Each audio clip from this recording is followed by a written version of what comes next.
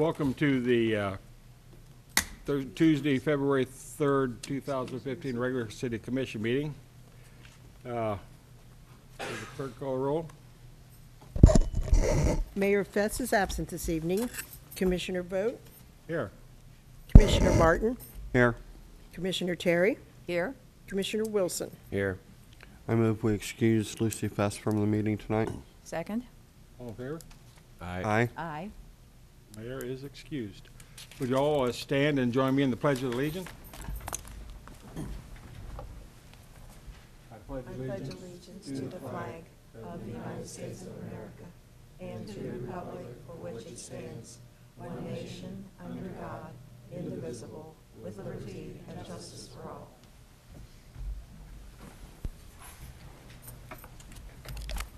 Clerk, call the roll, please.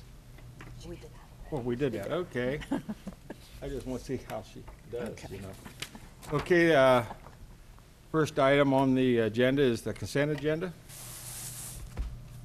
I move we approve the consent agenda. Second. Clerk, call the roll for vote. Commissioner Martin? Aye. Vice Mayor Vogt? Aye. Commissioner Terry? Aye. Commissioner Wilson? Aye. That agenda's been approved. Next is old business, ordinance number 1-15. It's the second reading. An ordinance amending Chapter 50 of the Piqua Code relating to garbage and refuse. Ms. Welker will provide the staff report tonight. Thank you. This ordinance is putting in place some new language in the code regarding solid waste, refuse, and recycling. We're looking to move forward with our new recycling program, which will move that service in-house beginning May 1st of 2015. This ordinance specifically clarifies what a bulk item is and then sets some parameters for how customers are to deal with those items. It clarifies language regarding recycling carts, which is what we will be providing to the customers to utilize, and those carts will remain the property of the city. It also clarifies yard waste, stating that customers need to put those items into paper biodegradable bags from now on because the compost facility cannot take in plastic bags any longer, according to the EPA. So those are the major upgrades and changes to the ordinance. We had a few questions since the last reading of this, and we wanted to clarify tonight that our changing the recycling program, we're going to try to make that as easy and as painless for our customers. The goal in doing that is to really increase our recycling, which will in turn save the city money. So we want to encourage everyone to participate, first of all. We're looking to provide the cart container because we think it'll be more user-friendly to the customers. It will have wheels and a lid, be easy to take in and out, and it is a much larger capacity than what we currently have. All that being said, we want everyone to participate. So if for some reason the container that we're looking to provide doesn't work for you, we still want you to participate. We've had some questions if customers could continue to utilize the smaller red bin. Fine. We just want you to participate and be active in trying to increase our recycling numbers. So again, this ordinance just kind of lays some of that groundwork, but we are moving forward. After the last meeting, we did move forward with purchasing the recycling carts. And I think one of the issues that has come up, we realize there are some customers may have very long driveways, and typically they have put their red container in the trunk and drove it down to the end. And we realize that may pose a problem for some people. So if they want to continue to use the red containers and haul them down in their vehicle, then that certainly would be workable because, as Ms. Welker says, we want them to participate and fully utilize the recycling services that we have. How hard would it be to get smaller bins with a lid for the people that would like to use a smaller one? Well, you can, my experience is you can get smaller ones, but most of the time when people ask for the smaller one, they come back and want a larger one. That's just the way Okay. it kind of goes. All right. We're going to encourage the customers to use what we provide to them, the 64-gallon. And then if, 60, 90 days down the road, it's some heartache for them, we'll look at that issue at that time. Okay.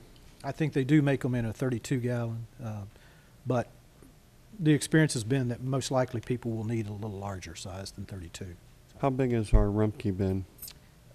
Those come in 90, the trash container. No, the little ones that They're we have 18, now. 18-gallon. Okay. Okay. And so this will be 64. Now, aren't those part of Rumpke's? I mean, they're not our property, are they?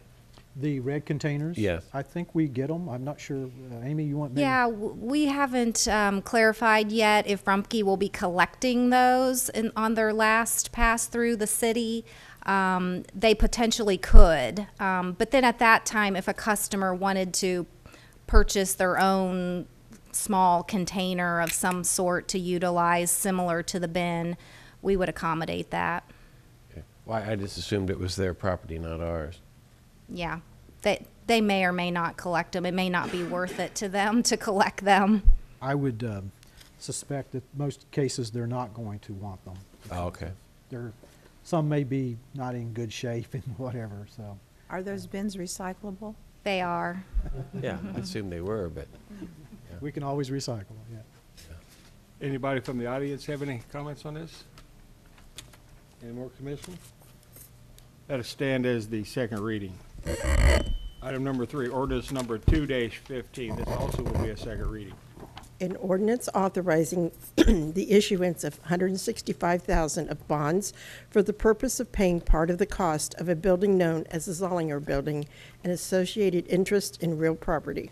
I'll ask Ms. Holtzapfel to provide the staff report, and at the same time, ask for the waiver of the third reading and pass this on the second reading due to the nature of our purchase option on this property is coming up on a deadline. Thank you. The issuance of the bonds is for the purchase of the Zollinger property at the cost of $165,000. The terms of the bonds are 3% interest for a term of a little less than a year. The Unity National Bank has agreed to purchase the whole series of bonds, and so those will be held by the bank. The goal is to have the redevelopment of this completed and transferred to another developer by the end of the year, at which time the bonds then will be repaid. Do we have a motion to waive the 3-reading rule on this now? So moved. second. All in favor of waiving the 3-reading rule? Aye. Aye. Okay, now we're going to vote on the ordinance. Ordinance number 2-15. This will be the emergency reading. Move to adopt amended ordinance number 2-15. Not amended. Please. Okay. Do we have a public comment on this? Okay. No comments, so we'll vote on it. There's a motion on the floor. I would second it, but it's suspended, not amended. Thank you. Oh, I'm sorry, Yeah. suspended. Yeah, second. Thank you. Commissioner Boat, Aye. Mayor Commissioner Martin, Commissioner Wilson, Aye. Commissioner Terry. Aye. Ordinance number 2-15 has been passed. Now the new business, ordinance number 3-15. This will be the first reading.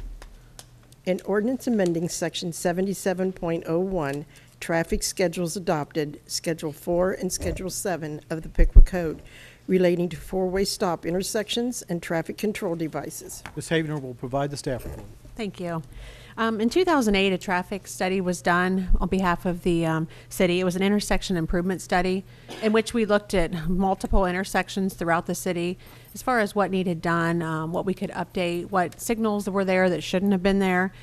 We identified a list of signals, and over the years, we've been trying to tackle those little by little to get the ones removed that shouldn't be or to make the modifications. And it just so happens that a Safe Routes to School grant became available in 2012, and we were fortunate enough to receive that grant to be able to continue with the next step of some of the signal removals. The intersection study did identify the College Street corridor as one of the major ones as far as the signals being unwarranted. There were also some on Broadway, and then the ones at High and Downing and Ash and Downing. So tonight we are asking for the approval of the first reading to begin the removal process of those signals. This will be done in coordination with the Safe Routes to Schools program, and that grant became available, and it will actually kick off this summer. Okay, I was reading the report on the back. Are they going to take the light out at the corner of North and Broadway? Correct. Now, I'm going to, back in 1957, most of you people weren't even born then, I was going to Piqua Catholic School, and Sister Mary Agnes come down to the City Commission meeting and had that light put in because of the school children. And I think it's a mistake to take it out because Piqua Catholic grade school is there and there are kids crossing there. There was a child hit when it was a two-way stop there years ago. So I think we ought to think about that intersection. I don't care what the survey said. They're wrong. That's my opinion.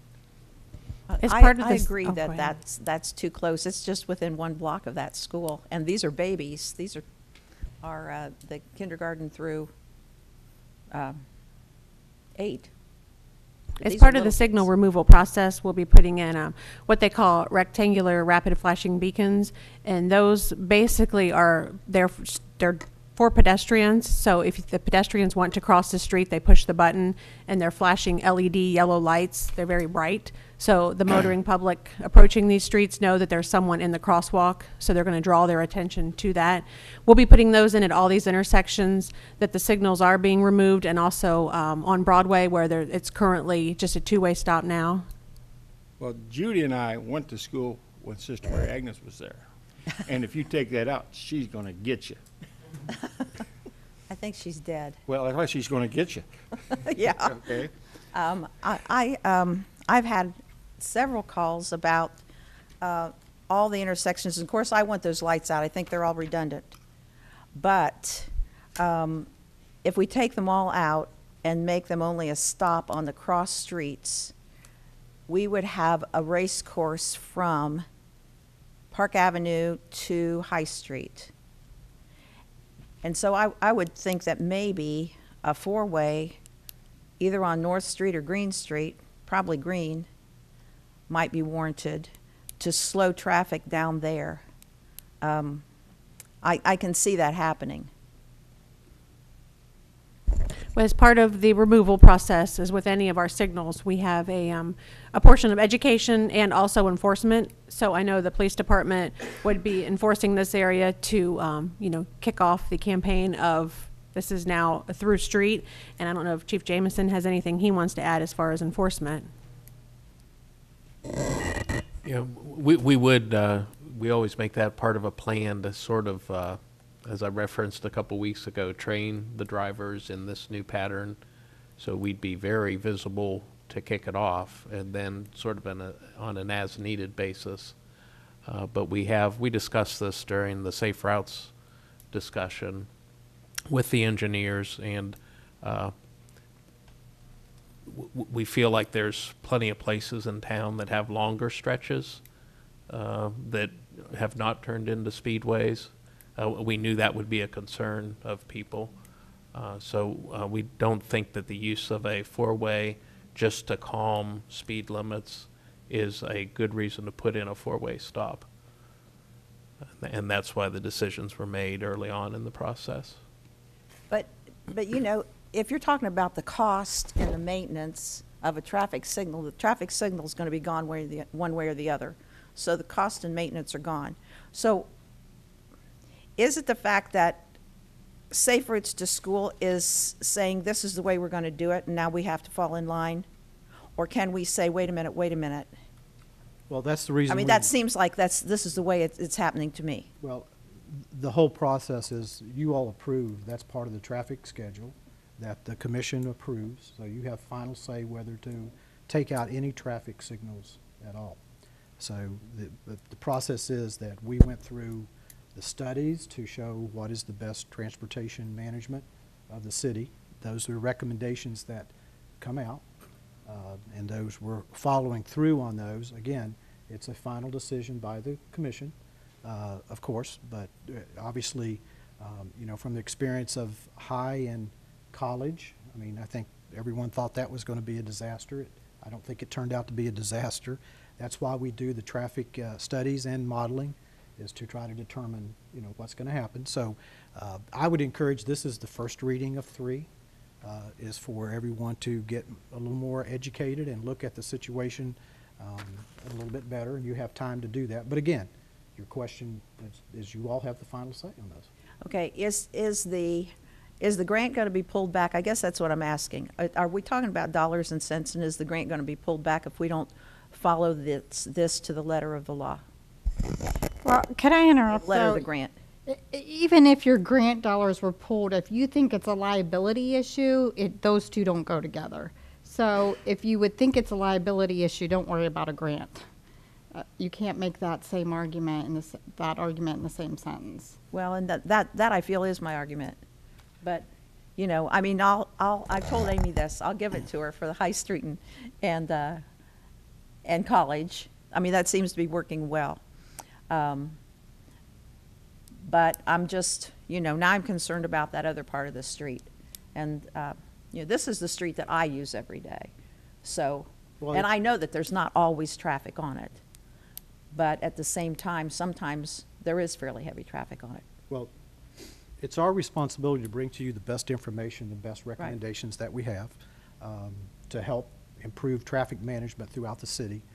But there again, it falls to the commission makes those final decisions on it. As our law director pointed out, if we don't do some of that, we won't spend that money, of course. So that, you know, that's not money we would spend as far as the grant goes. Back on Broadway and there's a cost to everything we do. Yeah. So if you don't do that, you don't spend the money. we could spend it on something else. But the grant pennies will not be pulled back. Is that what I'm saying? Is that what I'm hearing? I don't think that's an issue, but I'd have to check and see. But I don't think that if we don't do everything on that, and that was approved in that study, I'd have to check. Yeah, I think that we need to know that. Okay. At Broadway and North, when they looked at that, did they take into account the school is nearby? Or do they just strictly go on traffic count?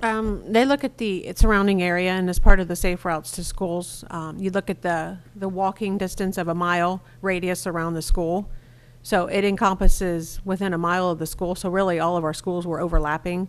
You know, we did take into consideration some of the schools being closed, but still the walking radius of a mile encompassed quite a bit of the city.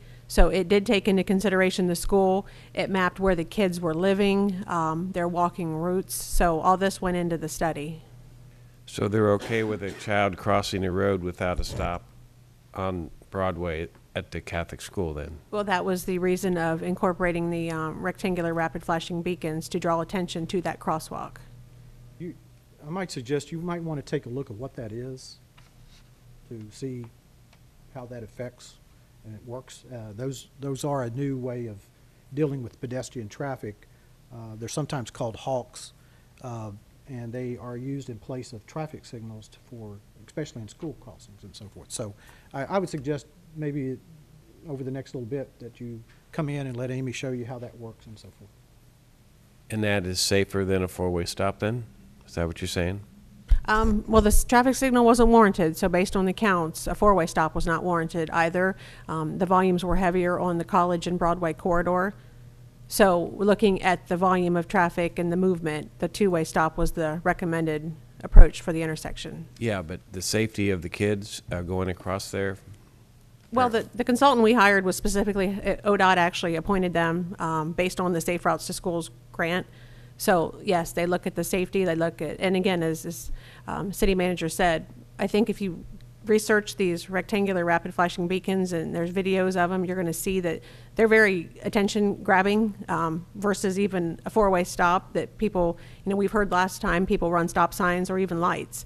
These are, they'll grab your attention, and it's definitely a safety feature specifically for pedestrians. Well, I'm not concerned about the drivers not stopping or not seeing these lights or understanding the lights. I'm concerned about the babies running out. That's who I'm concerned about, the pedestrians, and these are little tiny people. And I think we're all concerned about that, so, I mean, that's Right. a concern. But I mean, that's where I'm coming Sure. from. So once again, like we did on High Street, well, are we still doing it? I mean, is it still under consideration, or is that a done deal? No, it's still under Are the consideration. flags still up? I believe in March 6th or 9th, it goes, the signal heads will be bagged, and then you'll just operate in the four-way stop for 60 or 90 days. So the signal will still be there, the structure, and we're still under the evaluation period. So that opportunity would be there also. It's the exact same process. With that said, does anybody in the audience have anything? Jim McMacken with the Y. I'm here specifically to ask you to consider the intersection of Downing and High Street. As you know, we have 3 of the 4 corners there, and we regularly come back and forth across the street at High Street and Downing.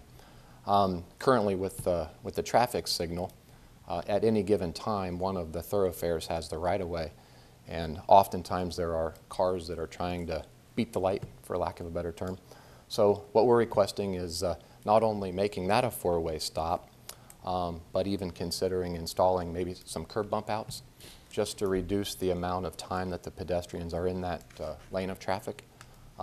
If there's an intersection in town I think that could benefit from curb bump outs, that's certainly the intersection. I did send each of you an email. I'm not sure that you've had a chance to read it yet, but I went through some specifics and some details in there as to why we were requesting that. So thank you for your consideration, and happy to answer any questions any of you guys had in that email.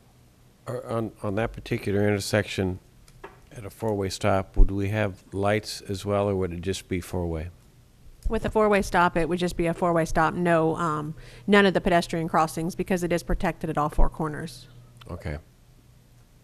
If we're going to do bump outs, or if that's a recommendation, do we have to plant the bump outs, or can they be bumped out full of cement? Maybe we can move the ones from the post office up there. Right now, we do have a little bit of landscaping in them. They're not near as extensive as the ones at Wayne and High, but we do have some, obviously, just for aesthetic purposes instead of all that concrete. I'm not sure that's that appealing to the Y to have all that concrete in front of their building. And I think we use those some for drainage too, and to catching runoff and so forth. So. We have somewhere in the neighborhood of 600 to 700 visits a day at the Piqua branch, and most of those individuals do park in our parking lot across the street, the L-shaped parking lot. Jim, you all would be happy to donate, to adopt the landscaped little islands, Absolutely. wouldn't you? Absolutely, absolutely, absolutely would. You know, again, those 4 corners, we're bringing kids back and forth from the child care building. The seniors are coming back and forth across the street from the senior center, the teens in the evenings. I think we're on borrowed time. I can't recall of a serious pedestrian vehicle collision at that intersection, but I know there's been some that have been close calls. It is a little unnerving when we bring a train of 15 or 20 child care kids across that street, particularly in light of, you know, there's a lot of distracted driving. Not that folks may see a stop sign easier than a street light, but I think once the vehicle traffic is conditioned to understanding that's a 4-way stop, I think they'll be more anticipating, at least slowing down. So at any rate, again, I'd be happy to answer any questions in the email that I sent, but thank you for your consideration. Thank you, Jim. Anybody else? Stan?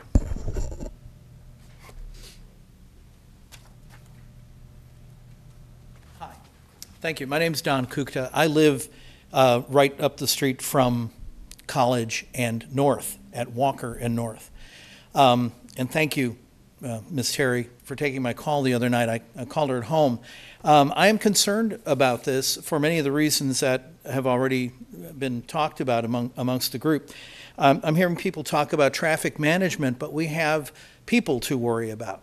And living where I do, I can tell you that the stretch of North Street from College back to Washington, which is on one side of my house, is quite a raceway at times. Not always, but at odd times, and sometimes late at night. I think a stretch of unyielding roadway from Park Avenue all the way down to High Street is a little too much for many drivers who simply won't pay attention to someone who might be stepping off of a curb. I didn't know, and I appreciate the information about the flashing light situation. However, I'm not sure I understand why that's a better solution than a single stoplight on College about halfway between Park and High Street. Likewise, on Broadway, that is the one and only stoplight at Broadway and North between Park Avenue and Ash Street. And it's not just the children at school, for which I'm very grateful for. My children went there. I never worried about them walking to school because of the stoplights that were in place. But I also worry about the weekends when we go to church. And many people do not just park in the parking lot, they park on the side streets and they proceed across the streets. People being sort of distracted, let's say, at times with their driving.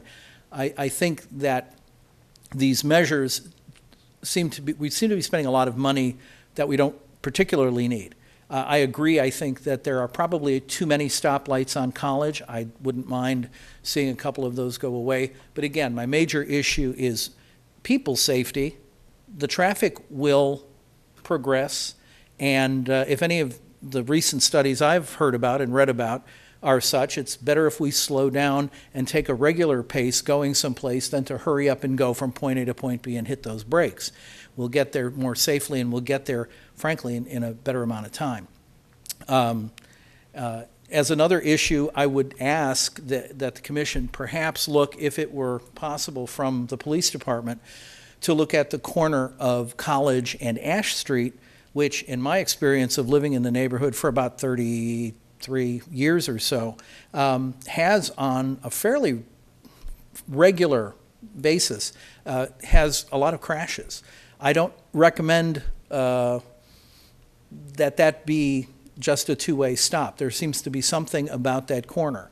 My recollection is that I have not experienced seeing cars crash, vehicles crash anywhere else up and down that street, but I have seen several. I think I saw a couple in the last year at that corner, and I know in the past, especially when it relates to our church, we actually had a death that occurred after a crash at that corner. So I think there are some other issues here that really need to be looked at and considered, and I appreciate the discussion about what this payment is and whether or not we are putting that in jeopardy if we don't accept the plan as it's been presented to the Commission. I hope that's not the case. Again, it's been a safe pathway for the children in the neighborhood to walk to school, and we're going to have the new school up where the old hospital was. I do not understand what the Safe Routes to School project is, and this isn't the place to be discussing that. However, taking out these stop lights and the opportunity in a long distance for small children to be able to cross a relatively busy street seems to me to be something not safe. And I don't know what the rest of the project has in mind, but I would want to take a look at that, and I would question that. So, thank you. I want to add something. You know, when you have a stoplight, there always is a chance for an accident because of the people trying to beat the light and run through the yellow. We eliminate the traffic signals, they will have to stop for the stop signs, and there might not be that race to get through the intersection. That's just something to think about. Okay, anybody else? One more question. Again, we're doing these changes without knowing about the increased volume of the traffic when the new school opens. We don't know how many more kids are going to be there, so how do we project that of all this? We did a traffic count without the kids, so how do we project that into the whole thing? Well, again, the safe routes identified where the kids were walking from, and the Wilder School, you know, we're talking the school right down from it. So we have the traffic patterns that the kids will be walking. So we took that into consideration. We knew what schools were going to be closing and where the kids were coming from. Is that your question? Well, we're projecting a count, which, instead of an actual count, Correct. that's the only question I had. But in order to capture the Safe Routes to Schools dollars, which was the grant money, you know, that's available this year. So the projection is what we're basing it off of. But the traffic volumes, you know, they're there at the schools now. So we're not talking, you know, some of these signals were not warranted by 1 or 2 vehicles. They were basically not warranted. There was a pretty large discrepancy as far as the volume. So, you know, I think our studies are taken into account, and they model this as well to be able to project traffic volumes. So, you know, that was looked at. And I should point out that the schools were part of this whole Safe Routes to School implementation of what we were doing and so forth. So it's not that we did not consider the school's information and so forth when doing that. So they were part of the whole plan. Well, and there's no doubt that all the lights on College Street are probably redundant. But I'm still of the opinion that a 4-way stop would be better on one of those blocks just to slow that traffic. And obviously cheaper than light because you don't have the maintenance of it. And also, if you don't have the light, then people won't be subject to running through the yellow. I mean, once they get to the corner, they're going to have to stop if it's a stop.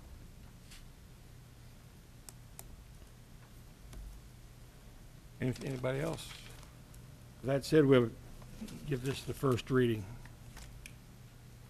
Item number 5, resolution number R20-15. A resolution requesting authorization to enter into an agreement with Bowser Mourner for the testing and observation services for the new water treatment plant project. Mr. Jennings will provide the staff report. Thank you. As part of the construction of the new water plant is the city's responsibility to hire a consultant that'll provide necessary observation services and testing of various things at the new plant. We solicited requests for qualifications, and we did receive packets from 5 different companies. We reviewed those packets and narrowed it down to 2. And then we did interview 2 of those firms, and then after those interviews, we decided to go with Bowser Mourner for these services. Some of the things they'll be doing is they'll be checking earthwork, a lot of the geotechnical work, trenching and backfill compaction, steel and structural steel, asphalt, and one of the big things will be concrete testing as they do a lot of the pours for the basins and such at the plant. And like I said, one of the other things that helped us with our decision was Bowser Mourner was also the firm that did some of the preliminary geotech work for CDM Smith at the plant. So they did have some experience on the site. And then also, like I said, when we went through the qualifications, they were received the highest points that we awarded. And tonight we do have Mr. John Gray from Bowser Mourner here with us if you had any specific questions to ask.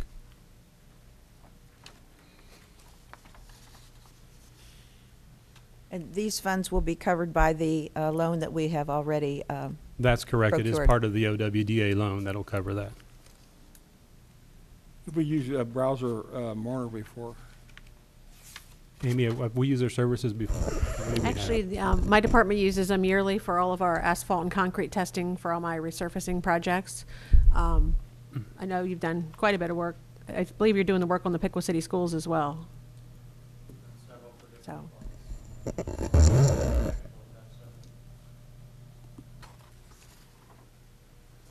That said, we could have a motion. I move we adopt resolution R-20-15. Second. Clerk, call the roll. Commissioner Wilson, Oh, we have- Aye. We need some public Oh. comment. Thought we had it. No public comment? Go ahead. Commissioner Wilson, Aye. Commissioner Vogt, Aye. Commissioner Terry, Aye. Commissioner Martin. Aye. Resolution is passed. Resolution number R21-15. A resolution acquiring the services of Power System Engineering to provide professional engineering services for the city. Mr. Berger will provide the staff reports for items 6, 7, and 8. Thank you. This resolution will allow the Power System to acquire the professional services of PSE to perform a technology work plan. The Power System is in a unique position, or is in a very good position after the completion of the fiber optic system to really enter in some new markets, more specifically the smart grid. And part of PSC's technology work plan is tailored to what our needs are. We have identified a couple of needs, preliminary. Those include automated meter reading, distributed automation, and substation modernization. The technology work plan will develop a long-term strategic plan to implement these identified needs. And more importantly, PSC will make sure that these new initiatives will integrate with the Power System's existing operations and systems, such as our SCADA system, our GIS system. The Power System has used PSC in the past for many of our engineering needs, including our transmission hardening projects. And PSC is a large consulting firm. It's got a lot of groups that have experts in these various smart grid fields, so they are uniquely qualified. And finally, we actually asked PSC to come into our June Energy Board meeting to present their final report to our board. So that'll allow us to kind of share our vision with the board at that time. Anybody in the audience have a comment on this? Hey, Nick. Yeah. When we do the smart metering, are we going to set this up so that water is also involved in it, so that way they'll work hand in hand? Yeah, the plan is to look at a system that works for both the water meters and the electric meters. Okay. All right. Use a motion. Yeah, I move to adopt resolution R-21-15. Second. Clerk, call roll. Commissioner Wilson, Aye. Commissioner Terry, Aye. Commissioner Martin, Aye. Commissioner Vogt. Aye. Resolution is passed. Resolution R22-15. A resolution awarding a contract to Niagara Transformer Corporation for the purchase of a transformer for the Power System. Mr. Berger. Yeah, so these next two resolutions are items that we really bring to the commission every year. We go out and solicit bids to replenish our transformer inventory. This year, we're in a kind of a unique position. Our transformer inventory is very healthy. We've identified a transformer out in the field at Champion Foundry that is a unique transformer. It actually, in 2010, Champion Foundry had a failure at that transformer. At that time, we didn't have a backup transformer for them. We went out to the market. There was a 32-week delivery time on a new transformer, and we found a sister transformer in a facility, a foundry in Kansas, and pulled that transformer from that to get their operations up and running.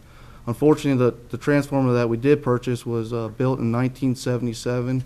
It's an old transformer. When we got it in, there was a couple taps that weren't, transforming taps that were not working correctly, and we had to put a series of regulators just to get the primary voltage to work correctly. So we are looking at replacing this transformer. We went out for bids. We got two companies to bid on this item. It's a custom item for this arc furnace. We do an evaluation cost over a 25-year life of the transformer. It not only takes, looks at the initial upfront cost, but also the cost to run it with the transformer core losses, the no load and full load winding losses. So based on that, Niagara Transformer was a successful bidder to replace this transformer. Now, the foundry is using the replacement, we haven't had any problems with that at this time. There has been no problems with that transformer. What you want to do is eliminate the problem by putting in the new one. We're hoping to not have the transformer fail. We could replace it. Once we get the new transformer in, we'll replace that and use the old transformer as a backup in case Okay. there is ever an issue with it. Anybody from the audience have anything to say? We could use a motion.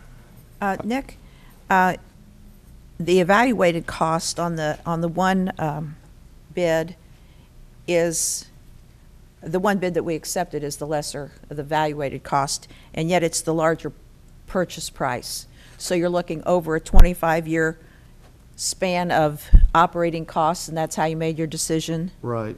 A lot of times you get these transformers that come in, they use, materials that are not as high quality as other transformers, and that prevents the transformer from operating more efficiently, so they have more losses in it. So every time you have losses, we see that, the system sees that, the power system pays for it because it's before the metering point. So what we do to prevent that is we actually evaluate on the quality of the transformer and also the price, and that's how we get up with the evaluated cost. Okay. So the evaluated cost is the lowest cost of the two. Right, Okay. right, and I understand that, but I just did not know what was involved in the evaluated cost. Move to adopt Resolution R-22-15. Second. Clerk call a roll. Commissioner Vogt, Aye. Commissioner Wilson, Aye. Commissioner Terry, Aye. Commissioner Martin. Aye. Resolution 2215 is passed.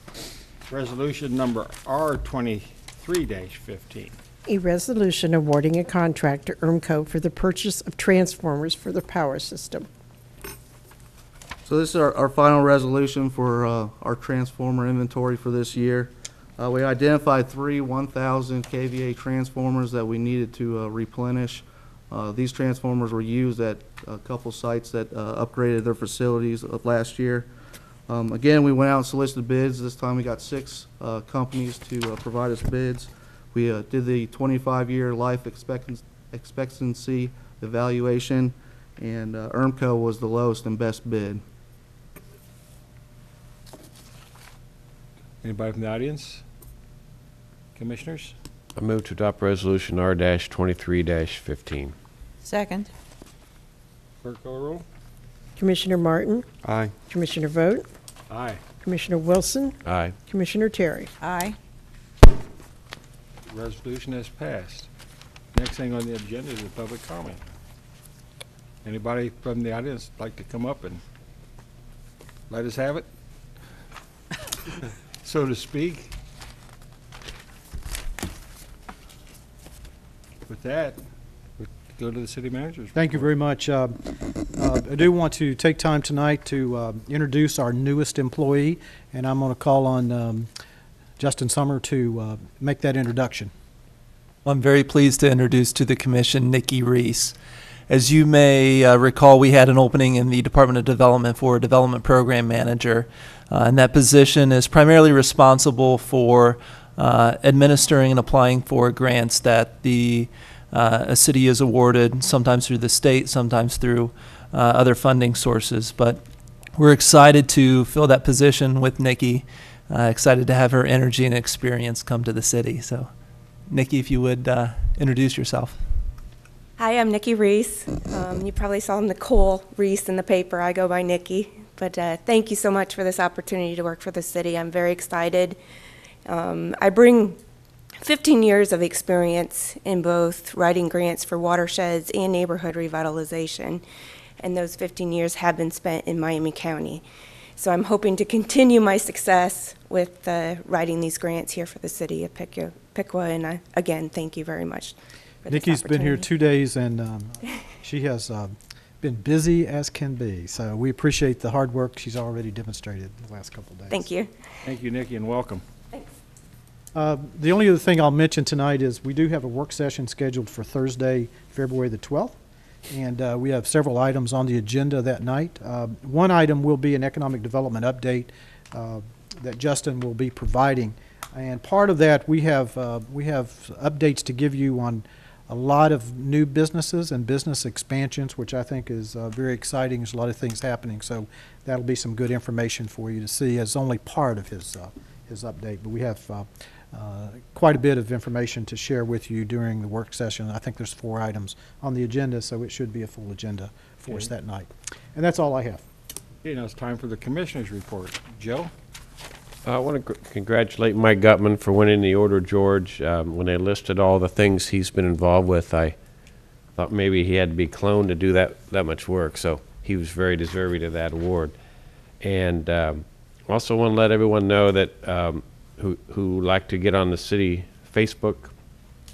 The old website was converted to a new website, so it has a new address. So if you're trying to get to the old address, it's been converted. Do you have the new website address? Well, if you just search on Okay. City of Piqua Government, Okay. it'll take you to the new site. Okay. It's a real long. Yeah, I can't okay. remember that part. Yeah, there was some confusion on that one. If you were trying to get on the old one, and some people thought it was not working or something, but it's just been updated. So just want to let everybody know that. And ideally, if you have a question or comment about any issues we have, instead of making a comment on Facebook, maybe just call us or email us. We can get you the information. So sometimes we get some bad information on some of those sites, and then everyone comments on it, and pretty soon the bad information becomes true in some people's eyes. Whereas if we can get the actual information, it might be better for everyone. And certainly, since a lot of the website comments are based on untruths, and so we need to get people the right information. So give us a call or email if you have a question. Or stop us wherever you see us. We'll give you information or get it to you as soon as we can. So that's all I have. Judy? I don't have anything this evening. Okay. John? Gary, are the commissioner phone numbers on the city Facebook page? No, we generally, we don't, there's not a place actually for those. They are listed on many of our other publications and so forth, a website, Spirit newsletter, all types of things like that. So Okay. it's not listed on, it's not typically listed, our office number is listed and so forth, but not typically individuals' names listed on Facebook. Okay, cool. That's all I got. Yeah, I guess it's my turn, okay? You know, there's a lot of discussion out there about the commission and the commissioners, some pros and cons. I got a comment that I'd like to make. This commission here works real hard. They research, they do a lot of research. We all don't agree on everything, but disagreement brings good decisions. And we do this real well. A good example of when we was considering building our own water plant versus purchasing one from Troy. These people worked real hard. And then, like I said out there at the groundbreaking, when we started, all we knew about water is you turn it on and we get it. By the time we was done, we knew how all the plants work, and that's how we made our decision. And we didn't agree on everything all the time, but we came to a good decision. And just like the traffic signals and that, we are discussing this. This commission works real hard on that, and I'm proud of them. So that's all I have to say. Thank you.